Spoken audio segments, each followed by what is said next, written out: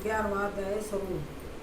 अर्जुन ने कहा, हे भगवान, मुझ पर कृपा करके अत्यंत गुप्त आध्यात्म विषयक वचन जो आपने कहे उनमें से मेरा मोह दूर हो गया। हे कमल नेत्र, मैंने जीवों की उत्पत्ति और नाश का कारण और आपका अक्षय महात्म्य आपके मुख से विस्तार पूर्वक सुना। हे पुरुषोत्तम, आपने जैसा अपना वर्ण किया वह आपका रूप देखकर कि मेरी इच्छा है। हे योगेश्वर, हे मधुसूदन, आप यदि मुझको उसको देखने योग्य समझे तो आप वह अपना अव्यय रूप मुझे दिखलाइए। श्री भगवान ने कहा, हे पार्थ, नाना प्रकार के, नाना वर्णों के और नाना आकार के मेरे सत सत सहस्त्र दिव्य रूपों को देखो। हे भारत, तुम वसु, रुद्र, अश्विनी कुमार, मरुदगण और पहले कभी न देखे गए थे ऐसे आश्चर्य को देखो। हे गुणाकेश, चराचर सहित यह जगत देखो तथा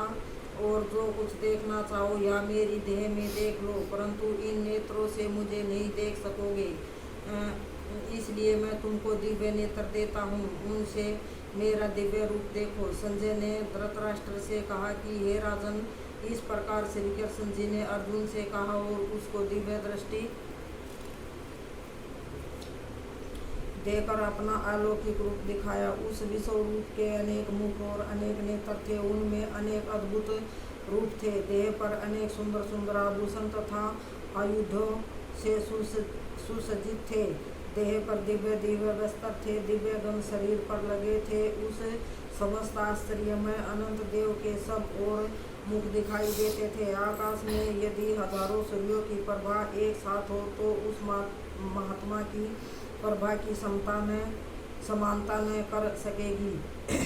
उस समय अर्जुन ने देवाधिदेव के शरीर में अनेक प्रकार से विमल इस समस्त जगत को इकट्ठा देखा।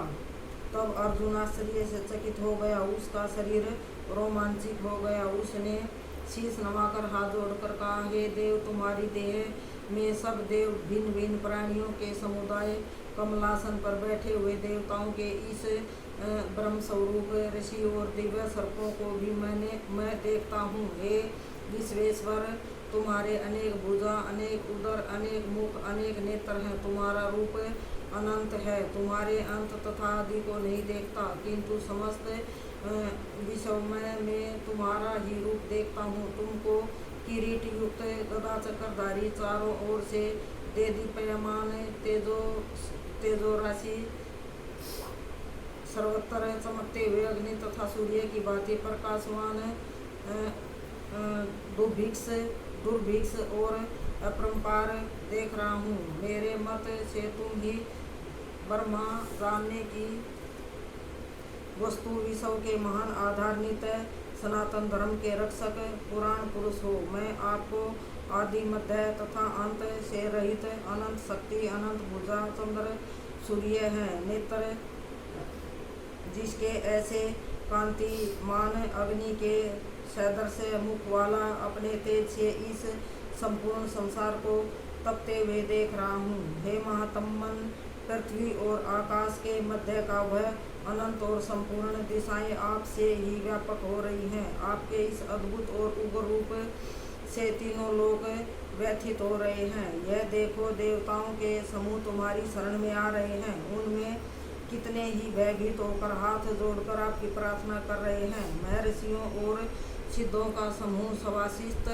कहकर नाना प्रकार से आपकी प्रशंसा कर रहा है। रुद्र, आदित्य, वसु, साध्य, विश्वदेव, असौनी, मारुत, पितर, गंधर्व, यक्ष, असुर, सिद्ध इनके संग विस्मत होकर आपकी ओर टकटकी लगाकर देख रहे हैं। ये महाभाव, अनेक नेत्र, अनेक बाहु, अनेक जांघ, अनेक पेट, कराल दंत युक्त आपका यह विशाल रूप देख सब अत्यंत भयभीत हो रहे हैं और मैं भी घबरा रहा हूँ।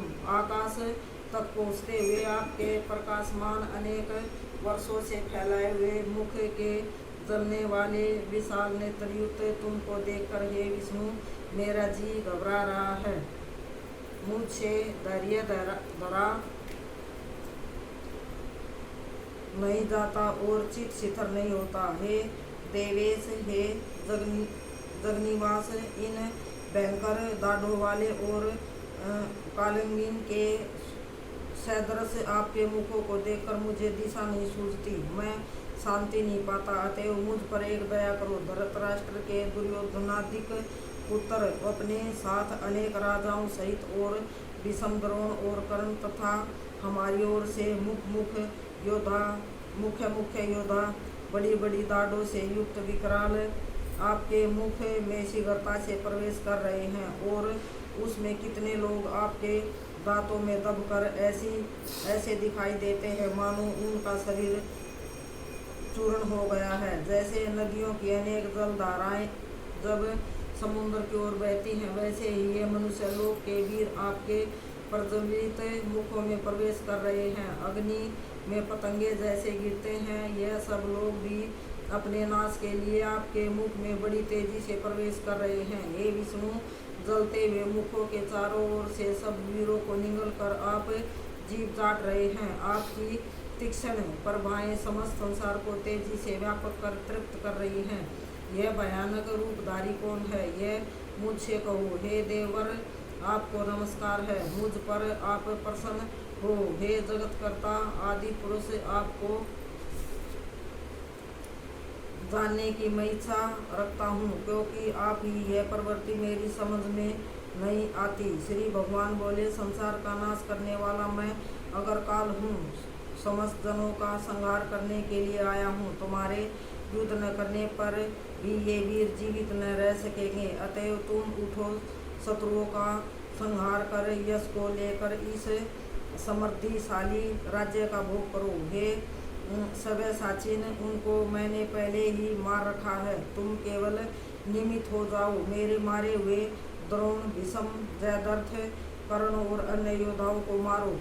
घबराओ मत, युद्ध करो, तुम संग्राम में शत्रुओं को जीतोगे। संजय ने कहा। इस प्रकार श्री कृष्ण जी के वचन सुन मुकुटधारी अर्जुन हाथ जोड़कर और भयभीत हुए साष्टांग प्राण कर नम्रता पूर्वक बोले, हे ऋषिकेश, आपका गुणगान करने से सारा संसार प्रसन्न और प्रेम मगन हो रहा है। राक्षस डरकर चारों दिशाओं की ओर भागते हैं और सिद्ध पुरुष आपको नमस्कार करते हैं, सो ठीक है। हे मातमन, हे अनंत, हे देवाधिदेव, हे जगनिवास, आप ब्रह्मा से भी श्रेष्ठ हो।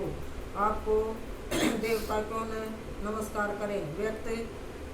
व्यक्त भी आप हो और अव्यक्त भी आप हो, तथा इन दोनों से परे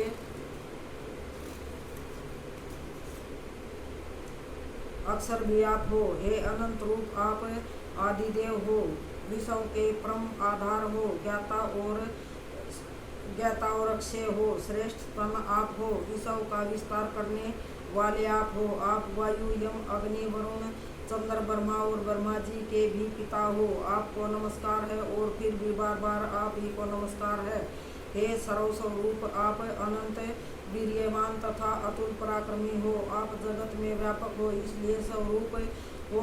तुम्हारी महिमा को न जानकर मैंने तुमको अपना मित्र मानकर हे श्री कृष्ण, हे सखा, ऐसा जो तिरस्कार से कहा सो प्रमाद से अथवा स्नेह से कहा। हे अच्युत विषव रूप, तुमसे इन बोलों की क्षमा मांगता हूँ, जो कि परिहास से विहार, सोने बैठने और भोजन के समय अकेले अथवा मित्रों के मध्य में तुम्हारा अपमान किया है। तुम इस सतावर जगत रूप लोक के पिता, पूज्य और महान गुरु हो। त्रिलोक में भी तुम्हारे समान कोई नहीं है। तुमसे अधिक अतुल प्रभाव कहाँ से होगा। इसलिए ये इस तुमको सिर झुकाकर प्रणाम करके ये प्रार्थना करता हूँ कि मुझ पर कृपा करो। हे देव, जैसे पिता पुत्र के, मित्र के और प्रिय के अपराधों को क्षमा करता है, वैसे ही तुम मेरे अपराधों को क्षमा करो। हे देव, जो पहले कभी नहीं देखा ऐसा आपका रूप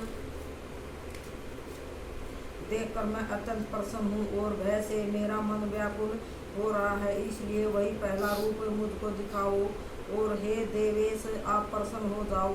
हे सहस्रबाहु, हे दिव्य मूर्ति, मैं फिर से आपको वही किरीट, गदा और हाथ में चक्र धारण किए हुए देखना चाहता हूँ। श्री कृष्ण भगवान ने कहा, हे अर्जुन, मैंने प्रसन्न होकर यह तेजोमय अनंत आग और विषव रूप अपने योग के प्रभाव से तुमको दिखलाया है, जिसको तुम्हारे अतिरिक्त इससे पहले किसी ने नहीं देखा था। हे पांडवों में श्रेष्ठ, मनुष्य लोक में तुम्हारे सिवाय कोई वेदों के अध्ययन, दान, अग्नि होत्रादिक और घोर तपों को करके भी यह रूप धारण किए मुझको नहीं देख सकता। मेरा ऐसा भयानक रूप देख तुम व्याकुल और मूढ़ न हो। भय त्याग प्रसन्नचित होकर तुम मेरा वही रूप देखो।